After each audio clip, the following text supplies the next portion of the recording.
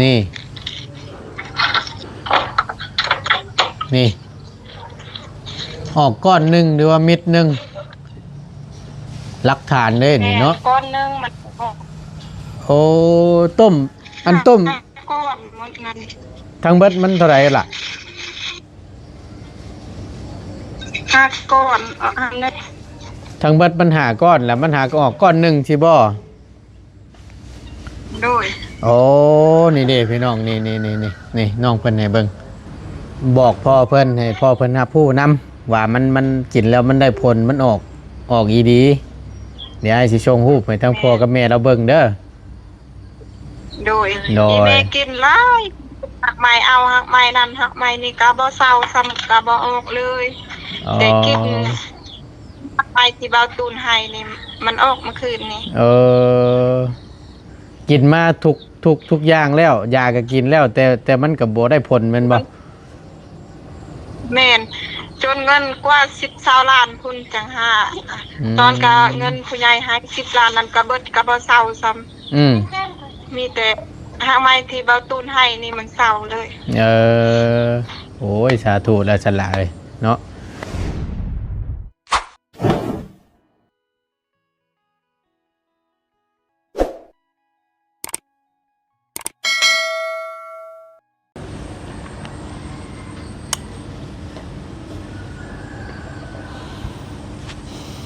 มาพี่น้องเปิดผ้ามือบานนี้เนาะหน้าหมอกก่อนตอนโยบานนี่ เอาก่อนอื่นพี่น้องเลยครับสบายดีและสวัสดีเด้อพี่น้องเด้อสบายดีกันเบิดสู่คู่สู่คนเนาะบ่ว่าสิอยู่ในและก็ต่างประเทศก็ยินดีต้อนรับเข้าสู่ช่องประธานป้องชาแนลคือเก่าเนาะพบเจอกันพี่น้องในคลิปนี้ตื่นมายามเช้าพร้อมกับท้องฟ้าแจ่มใสเนาะบรรยากาศเย็นเริ่มหนาวลมพัดวีมาได้บาดนี้เนาะนี่แหละเพิ่นว่าเบิดสงสัยคือสิเบิดผลแล้วล่ะทางบ่ตูนว่าลมพัดโชยมาเลย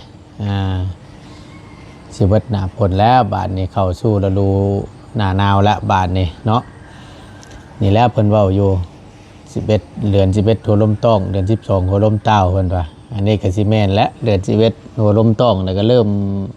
ผัดวีแล้วบาดนี้เนาะเอาพี่น้องทั้งบ่ตูนได้เปิดคลิปนี้เนาะกะ ตื่นมาพี่น้องเนาะกะพอดี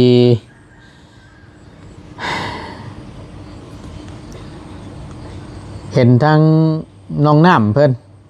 น้องน้ำเซปูนน้องน้ำเพื่อนเซเฮานั่นแหละจักซิแมนมีอย่างไรเห็นส่งข้อความมาหาทั้งบ่ตูนอยู่กะสิโอ้ยอยากมืดๆทะเลเนาะพี่น้องเอ้ากะสิพอได้อยู่ดอกเนาะตั้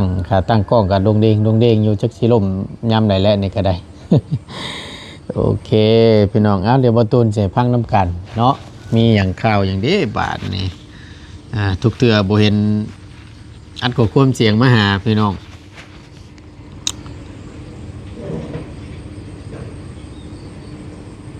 ชงขอควบได้พี่น้องเนาะเห็นอ่อนอยู่ตอนนี้เบิกเดี๋ยวบ่ตูนสิฟังขอควบที่น้องเพิ่นชงมานี่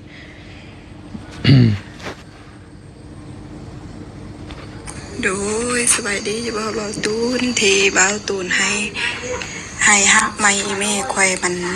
มันออกก้อนหนึ่งแล้วขอบใจเบาตูนหลายๆเด้อฝากเบาตูนขอบใจทางผู้ใหญ่ใจดีนำเด้อออกอย่างน้อบัดหักไม้โอ้ที่บ่ตูนคิดได้แล้วพี่น้องที่บ่ตูนเอาหักไม้ที่ทางพ่อกับแม่เราได้ฝากมาแต่ฝั่งไทยที่ว่าเป็นหักไม้ที่หักษานิ้วไขลังเนาะที่ทางพ่อเราฝากมาทั้งบ่ตูนแล้วบ่ตูนเอาขึ้นมาให้ทั้งแม่น้องน้ำเพิ่นเนาะเบิ่งไพ่อีกรอบกันโดยสบายดีจะบอกเบาตูนที่เบาตูนให้ ให้ฮักไม่อีแม่ควายมันก็ก้อนหนึงแล้วขอบใจเบาตูนหลายๆเด้อฝากเบาตูนขอบใจทางผู้ใหญ่ใจดีนำเด้อ อืมโอ้ยดีใจน้ำแล้วสันพี่น้องเนาะอ่าก็คือทางแม่น้องน้ำเพิ่นเป็นนิ่วไขดังเพิ่นเจ็บในดังนะพี่น้องแลเพิ่นเป็นมาโลนแล้วและบัดนี้เพิ่นรักษาได้ใดมันก็บ่เซานะไปหาหมอแล้วก็แล้วกินยาแล้วก็แล้วและเมื่อยเฮ็ดแหละกินต้มอิหยังก็แล้วแต่หั่นนะพี่น้องมันบ่เซาและบัดนี้ทางพ่อเราเห็นพ่อพี่ลมบางพวดอยู่ฝั่งไทยพุ่นแหละทางกับแม่เรานำแน่เนาะติดต่อมาทางบ่าวตูนแล้วก็ได้ฝากหักไม้หรือว่าเป็นนี่แหละเกี่ยวกับดีไขลังเนาะแล้วก็ทางพ่อเราได้ฝากมาให้กับบ่าวตูนนี่พร้อมกับหวานดีลิสรวงเนาะสองอย่างที่พ่อเราฝากมาทั้งบ่อตูนและเราให้ทั้งบ่อตูนนี่ปลูกไว้ไอตัวที่ว่าดีลิสรวงนะปลูกไว้แล้วบัดนี้แหละพอดีทั้งพ่อเราฝากให้ทั้งบ่อตูนเอาตัวนี้ไปให้ทั้งแม่น้องน้ำหรือว่าใครเป็นก็เอาให้ได้เราว่านี้ทั้งพ่อกับแม่เราอยากช่วยอยากช่วยคนอยากได้บุญว่าสั้นซะเนาะช่วยให้เพิ่นดีเพิ่นเช่านี่ก็สาธุแล้วโอ้ยเนาะทั้งพ่อเราแต่สิดีใจทั้งกับแม่เราเพราะว่าเราก็ย่ำอยู่พี่น้องเอ้ยแต่ว่ากินแล้วว่าอยากทุกข์ร้ายพุ่นแหละมันเช่าอ่ะนะพี่น้องเนาะเอาบ่ตูนขออนุญาตโทรหาทางน้องน้ำเพิ่นก่อนเนาะเห็นอ่อนอยู่ตอนนี้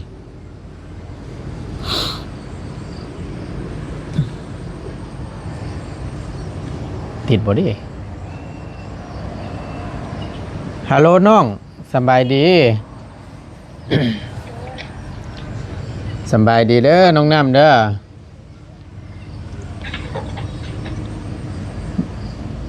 ได้ยินอยู่บ่ด้วยสัญญาณบ่ค่อยแห้งบ่น้องได้ยิน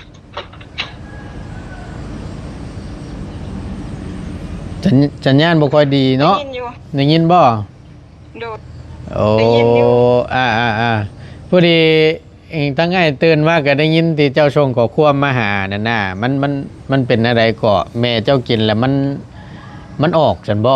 หางไม้ที่ให้เอาไปให้นะมันออกเบิ่งน้องสิโอ้ยลมพัดพี่น้องเจ้าได้ถ่ายรูปไว้อยู่บ่น้อง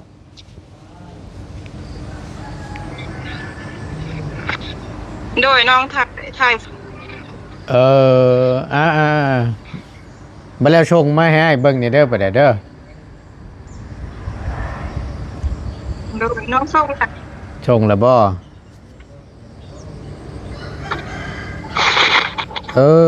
พี่น้องมึงนี่นี่มันคือมืดแต่ปันนี่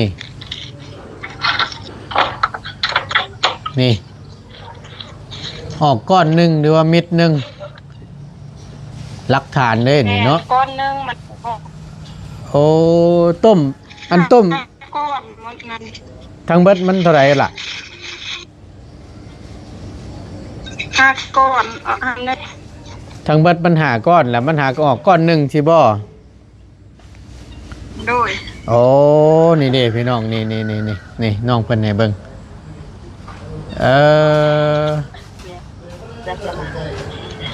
หากะกินเนาะกินแล้วจักมื้อเลยล่ะอากาแล้วค่อยเซ็ตบอกเบาตูนว่ากินนั่นจังน้องไม่กินเลยที่ไอ้บอกว่าอันให้ต้มอันใดกะน้องก็ต้มให้แม่กินเลยบ่โดยโอ้ยดีใจแล้วสันทั้งอันถ้าว่ามันออกนั่นน่ะมันเบิดแล้วบ่ยังอยู่อันนั้นหักไม้นะ โดยหักไม้นั้นหมดแล้ว โอ้ยเนาะให้จังได๋ซั่นบาดนี่เพราะว่ามันเป็นอันฮักไม้เป็นใบอย่างน่าทางง่ายก็บ่ฮู้ชื่อมัน แม่ น่าสิมีอยู่หรอกอยู่บ้านเฮาก็แต่ว่าเฮาบ่ฮู้ชื่อมันแล้วก็เฮาบ่จักขนาดเนาะ แม่น เจ้าอยู่เฮือนบ่ตอนนี้น่ะ โดยอยู่เพื่อน ใช่แม่เจ้าเว้านำแม่เจ้านี่ โดย อ่า ไอเปิดคลิป โดย บ่เปิด โอเค บ่ตูน โดย บ่ตูนเปิดคลิป แม่นล่ะไอ้เปิดคลิปอยู่สำบายดีพี่น้องนี่เด้อ สบายดี โดยสำบายดีเป็นอะไรทั้งอันแม่น้องน้ำหลังจากที่ได้กิน ไปอันเด้อค่ะ มันออกแล้วตัวหนึ่ง หาก็ออก คนนึงมันออก ก้อนหนึ่ง ออกโดย โอ้กินเล่นจักมือน่ะนั้นจำได้อยู่บ่ เขากินช่องมือมันหมดยาแล้ว สองมือออกก้อนหนึ่ง โดย แต่ว่าฮักไม้น่ะมันจืดแล้วเนาะ ยืดแล้ว เฮ็ดจังได๋เด้สันบานนี่ทั้งพ่อเพิ่นเบิ่งคลิปอยู่ก็เจ้ากลัวเพิ่นสิฝากมาให้อีกบ่จักเนาะ โดย เพราะว่าทั้งอันบ่ตูนเอาไปให้มื้อนั้นนั่นมันแห้งแต่ก็สามารถต้มได้หั้นนะตามที่ทางพ่อเราบอกนั่นน่ะเอาถ้าจังซั่นล่ะมีแต่ว่าเดี๋ยวอ้ายสิส่งคลิปให้พ่อเพิ่นเบิ่งเด้อว่ากินแล้วมันออกอีดีแหละเพื่อทั้งพ่อเราอยากช่วยเจ้าอีกเด้อเพื่อเพิ่นฝากมาให้อีกเด้อฝากมา ใจละ ดีใจน้ำเด้อเฮาก็ได้ โอ้ยขอบใจเบาตูนหลายๆเด้อแล้วขอบใจผู้ใหญ่ใจดีนำ โดยบ่เป็นหยังช่วยกันนี่แหละเฮ็ดได้ช่วยเฮาช่วยได้ก็ช่วย โดย บ่ได้ไปฮูดข้าวฮูดน้ำบ่มื้อนี้ เขายังทันชุก ข้าวยังบ่ทันสุก เขายังทำ โอ้ยเรื่องล่างแต่บัดนี้ฮะ เขาว่ากินข้าวซุปนั้นไม่ได้ยุ่งเพื่อนแล้วไปให้ ไปฮูดเขาให้แล้วเนาะ โดย ได้ฮูดแล้วแหละข้าวไหม้อย่าลืมแบ่งอ้ายกินเด้อ โดย เห็นละบ้ามาสิแบ่งให้อยู่ เกินเราบ่าวยังสิขึ้นอยู่ทั้งอ้ายยังสิขึ้นอยู่แต่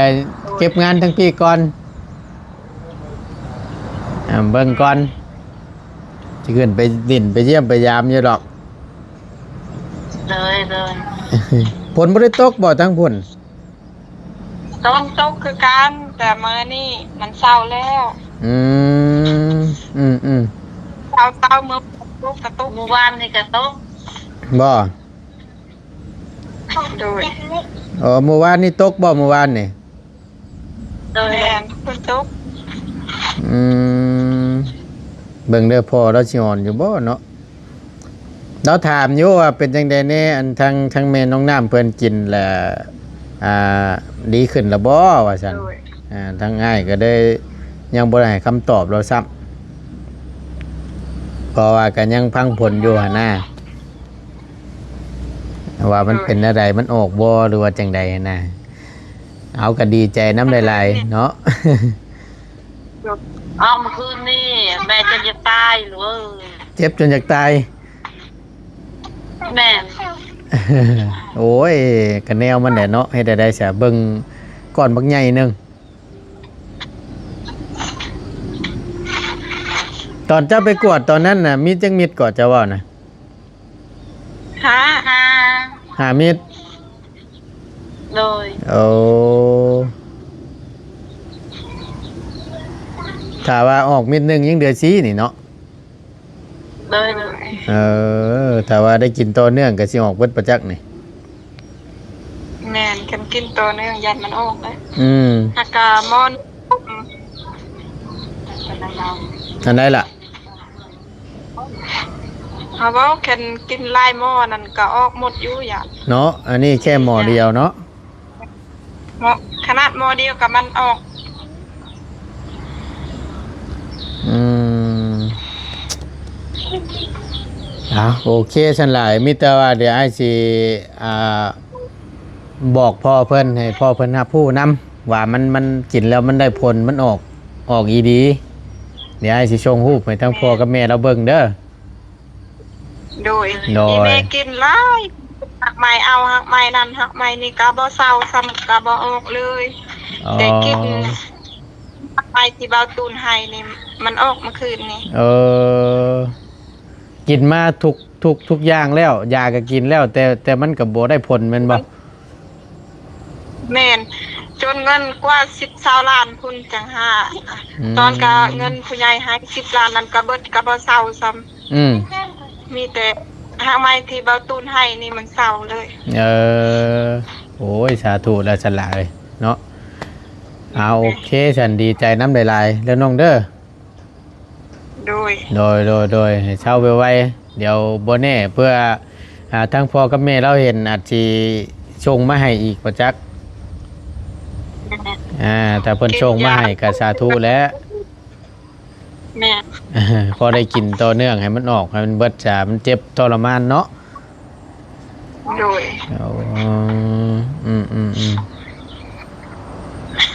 โอเคเด้อจ้ะน้องเด้อทั้งไอ้สิไปเวียกอีกก่อนเดี๋ยวจังใดเดี๋ยวโทรหาใหม่เด้อ โดย โดยสำบายดีพี่น้องก่อนเด้อ ดีใจ สำบายดีเด้อ ไว้ดี โดยก็ถือว่าเป็นข่าวดีสำหรับแม่น้องน้ำหรือว่าทางครอบครัวของน้องน้ำเนาะก็คือพี่น้องอาจเช่นคลิปบอตูนที่ได้ไปมอบ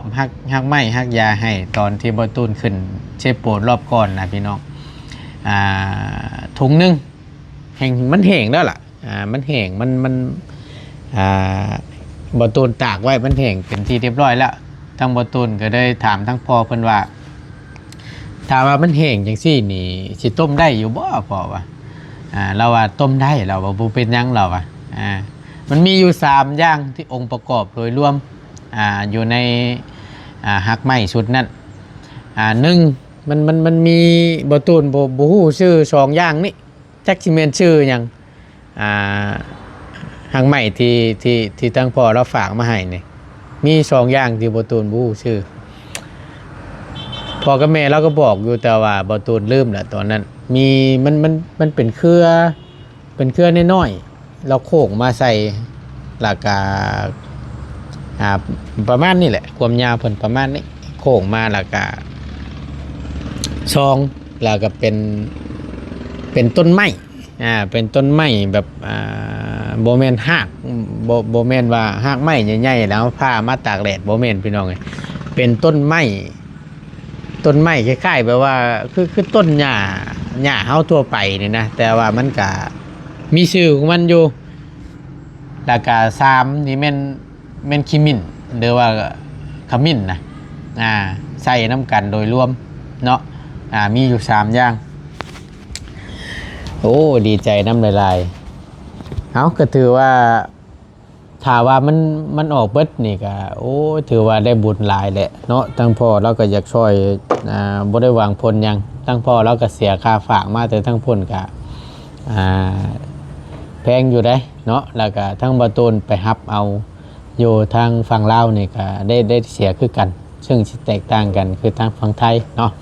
กับบ่ติดอกเพราะว่ามันขนส่งข้ามระหว่างประเทศเนาะ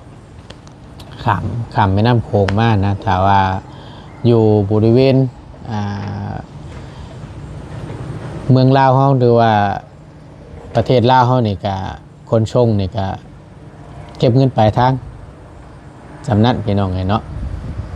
สุดท้ายก็เส้นเดียวกัน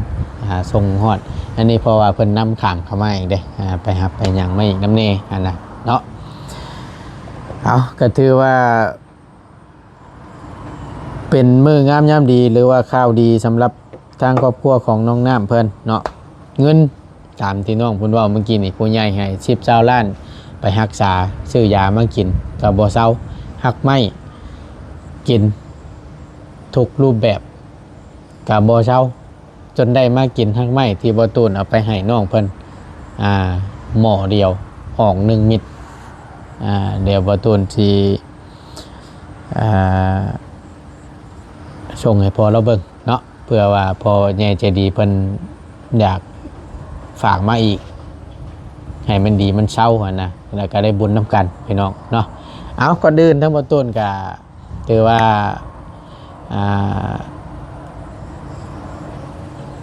แจ้งให้ทาง FC เนาะเดี๋ยวบ่ต้นสิถามรายละเอียดเบิ่งมันชื่อหยังแล้วเพื่อว่ามีผู้เป็นอยู่ฝั่งไทยบอเนาะเป็นนิ้วไขดังแบบซี่และรักษาแล้วมันบ่เศร้าหรือว่าบ่อยากไปผ่าตัดนู่นนี่นั่นเพื่อเพิ่นอยากได้ให้ติดต่อหาทั้งพ่อเพิ่นก็ได้พี่น้องเนาะเดี๋ยวบ่ตูนสิถามรายละเอียดและว่าชนิดนี้มันมีหักไม้อย่างแน่ซื้อยาอย่างแน่ซื้อหักไม้อย่างแน่เดี๋ยวบ่ตูนสิถามเบิ่งเนาะเอาจังใดก็ขอบคุณทางพ่อกับแม่หลายๆเนาะอยู่ทางฝั่งไทยพ่อพี่ลมบางพวดแล้วก็พร้อมทั้งกับแม่เนาะทางตัวแม่เราก็จักชื่ออย่างแหละบ่ตูนก็บ่ฮู้ชื่อแม่แล้วเนาะเอาก็ขอให้ได้บุญกุศลหลายๆเนาะที่ได้ช่วยผู้เจ็บ